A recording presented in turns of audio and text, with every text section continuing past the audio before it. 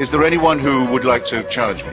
Well, what an incredibly stupid question. You give me the awful impression, I hate to have to say it, of someone who hasn't read any of the arguments against your position ever.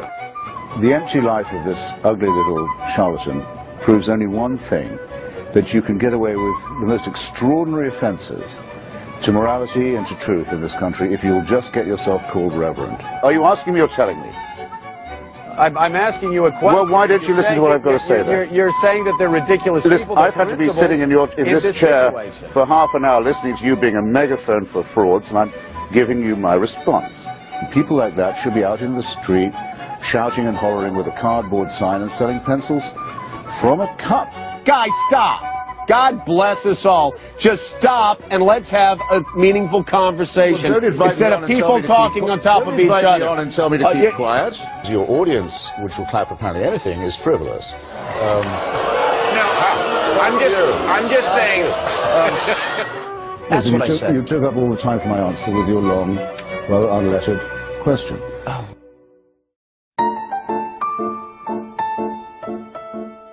I think it was David Hume who put it slightly vulgarly.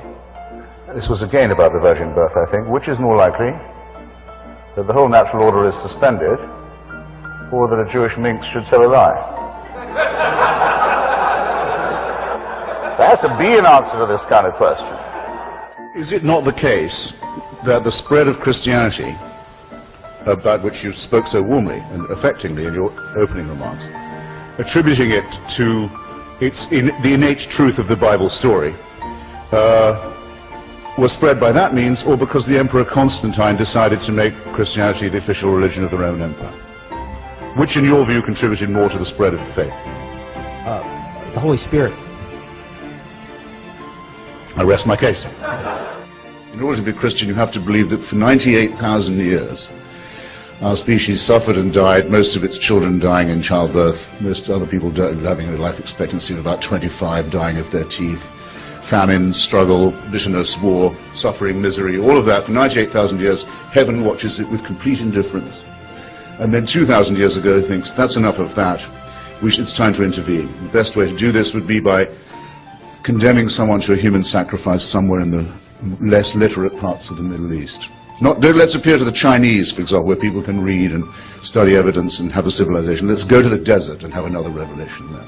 This is nonsense. It can't be believed by a thinking person. All of this could be part of a plan. There is no way an atheist can prove it's not. But it's some plan, isn't it? With mass destruction, pitiless extermination, annihilation going on all the time, and all of this set in motion on a scale that's absolutely beyond our imagination, in order that the Pope can tell people not to jerk off.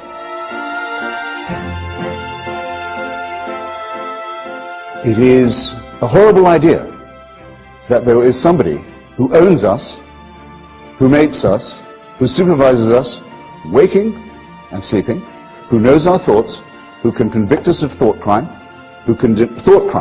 just for what we think. To demand this, to wish this to be true, is to wish to live as an abject slave. I mean to say it infects us in our most basic integrity. It says we can't be moral without Big Brother, without a totalitarian permission. It means we can't be good to one another. It means we can't think without this. We must be afraid. We must also be forced to love someone who we fear. The essence of sadomasochism. The essence of abjection, the essence of the master-slave relationship, and that knows that death is coming and can't wait to bring it on.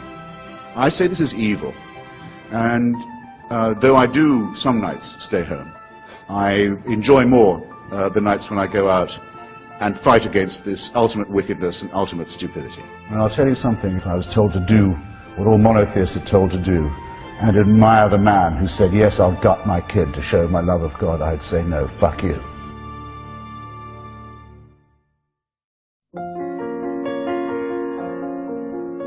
One of the things I live for is to return a stout and joyful non-serviam to this dictator, who I'm pleased to find doesn't really exist, but is instead a creation of those who want to install a theocracy in the real life where I can participate, and I'm not going to give them an inch. The second thing I live for is if not exactly passing on my genes, taking part in activities that might allow those genes to be passed on.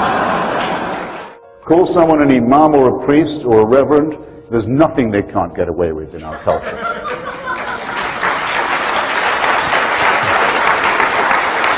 If I could change one thing, it would be that. The second would be when someone gets up and says, I'm a person of faith, that they don't get respect for it. They think that's a respect-producing statement. I am a person of faith. You know, I'm a person who will believe practically anything on no evidence at all. I think what I mainly live for is contemplating the misfortunes of other people. Well, that leads me to a very... That and vindication, being proved repeatedly and over again right when other people were wrong. That does a lot for me.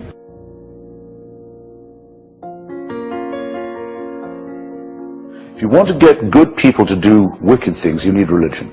I do not think that any person looking at a newborn baby would think, how wonderful, what a gift, but now just let's start sawing away at its genitalia with a sharp stone. Who would give them that idea if not the godly? And what kind of argument from design is this? Babies are not born beautiful, they're born ugly. They need to be sawn a bit because the handiwork of God is such garbage. Well, honestly. Tertullian, one of the church fathers, said that one of the great things about being in heaven was you'd be able to watch the writhings and the tortures of those who'd been sent to hell. We see why hell is unpleasant. Why is heaven such fun? It seems to be rather dutiful. Endless praise, endless worship, endless subjection, endless tedium. You think that the Lord himself, after the first 5 billion years, would have had enough of the songs of praise. No, it's got to go on forever. Oh, well, I think mockery of religion is one of the most essential things, because to demystify supposedly holy texts that are dictated by God and show that they are man-made, what you have to show their internal inconsistencies and absurdities. And one of the beginnings of human emancipation is the ability to laugh at authority. It's an indispensable thing. People can call it blasphemy if they like, but if they call it that, they have to assume that there's something to be blasphemed, some divine word. Well, I don't accept the premise. I dare say you know what the Buddhist says to the hot dog vendor. You don't? He says, make me one with everything. Yeah, well, wait, that's only part one, because the Buddhist then hands over a $50 bill and waits while he munches, and nothing happens. And he says to the hot dog vendor, okay, what about my change? And the hot dog vendor says, change comes only from within. I myself have never heard anything more profound than that.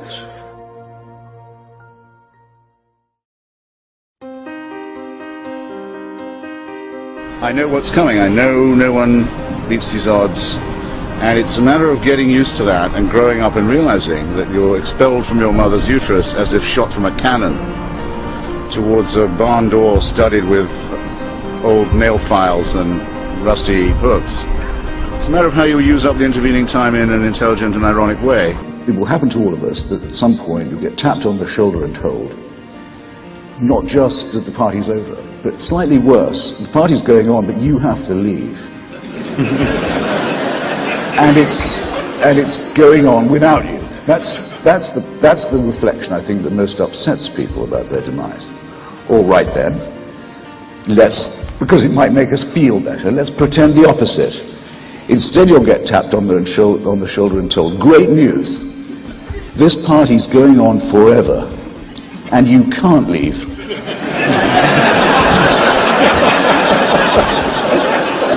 You've got to stay. The boss says so, and he also insists that you have a good time. To me, the offer of certainty, the offer of complete security, the offer of an impermeable faith that can't give way, is an offer of something not worth having. And I'd urge you to look at those of you who tell you, those people who tell you at your age, that you're dead till you believe as they do.